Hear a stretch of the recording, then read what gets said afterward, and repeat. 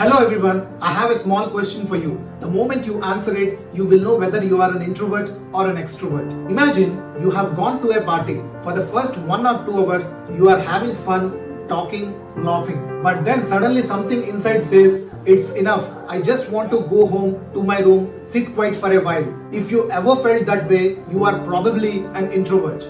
But if you are someone who says, come on, let's stay a bit longer, the party just getting started, then you are likely an extrovert. Whether we are introverted or extroverted, our personality shapes almost every part of our lives. The kind of friends we choose, how we communicate and love others, the careers we choose, how we think, decide and even we lead. Science says our personality is so deep that it affects our body chemistry and brain activity. Research shows 1 out of every 2 or 3 is an introvert, which means nearly 33 to 50% of the population. And yet society still carries a bias against the introverts. In this video, we are going to uncover why society is treating introverts as if something is wrong with them.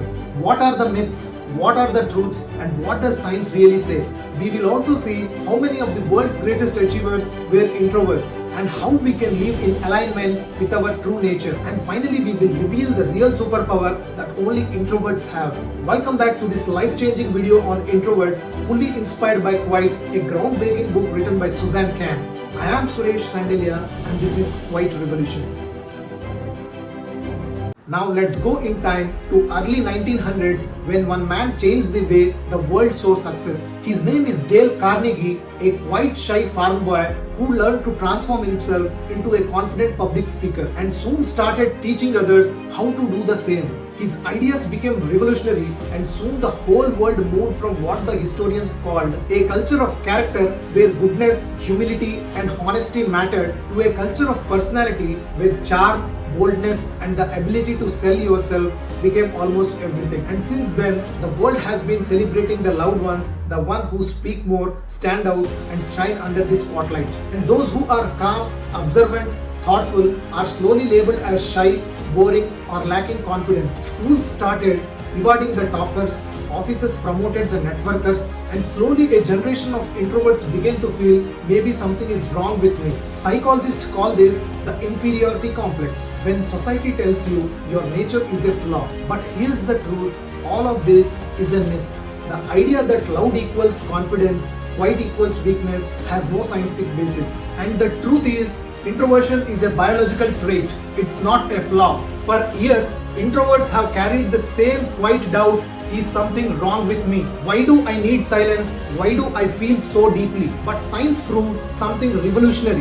One experiment changed how introverts are seen, not just by society, but by themselves. In 1989, at Harvard University, a psychologist named Zenon Kagan conducted a legendary experiment and it completely changed psychology. He observed 500 babies and within just 45 minutes, he could predict which babies would grow up to be introverts and which would become extroverts. Kagan exposed the babies to new sounds, smell and colors. Some babies reacted instantly, kicked their legs, cried and became very active. Others stayed calm and curious. He called them 2 groups: high reactive babies, sensitive and alert; low reactive babies, calm and easygoing. Years later, when these babies grew up, Kagan discovered something incredible. The high reactive groups, the ones who cried and reacted loudly, actually became quiet, thoughtful and sensitive adults because their nervous system were more sensitive. It wasn't a flaw, it was fine-tuning. Kagan found that introverts are not scared of the world. They simply experience it more deeply. That's not weakness, that's biological sensitivity. Science revealed something beautiful. Introverts stay calm not because they are dull, but because their brains process more information every second. They get drained faster, but they also understand and feel life more deeply. And the secret lies inside the brain, a small almond-shaped organ called amygdala, your emotional alarm system. Whenever something new appears, a person, a sound or a situation, the amygdala sends a quick signal, be alert. Introverts, it's more active, so they feel and respond deeply. For extroverts, it's calmer, so they seek more excitement and energy. So now think about it, if you love silence, calm and stillness, that's not a problem, that's your brain brilliance. Kagan's experiment did not just change psychology, it changed the way how millions of introverts see themselves. From thinking something is wrong with me to realizing this is how I am beautifully built. But here's where the real question begins. If being quiet is natural, why does society treats it like a problem? And if it's just biology, how can also it be a power? Your quiet is your power. December 1st, 1955, a quiet evening. A tired woman boards a bus after a long day work. Her name is Rosa Parks. She sits silently, holding her purse, her body exhausted, but her spirit steady. The bus fills up, a white passenger demands her seat. The driver shouts, "Move." She looks up, calm, gentle, unwavering, and she says one word that changed history.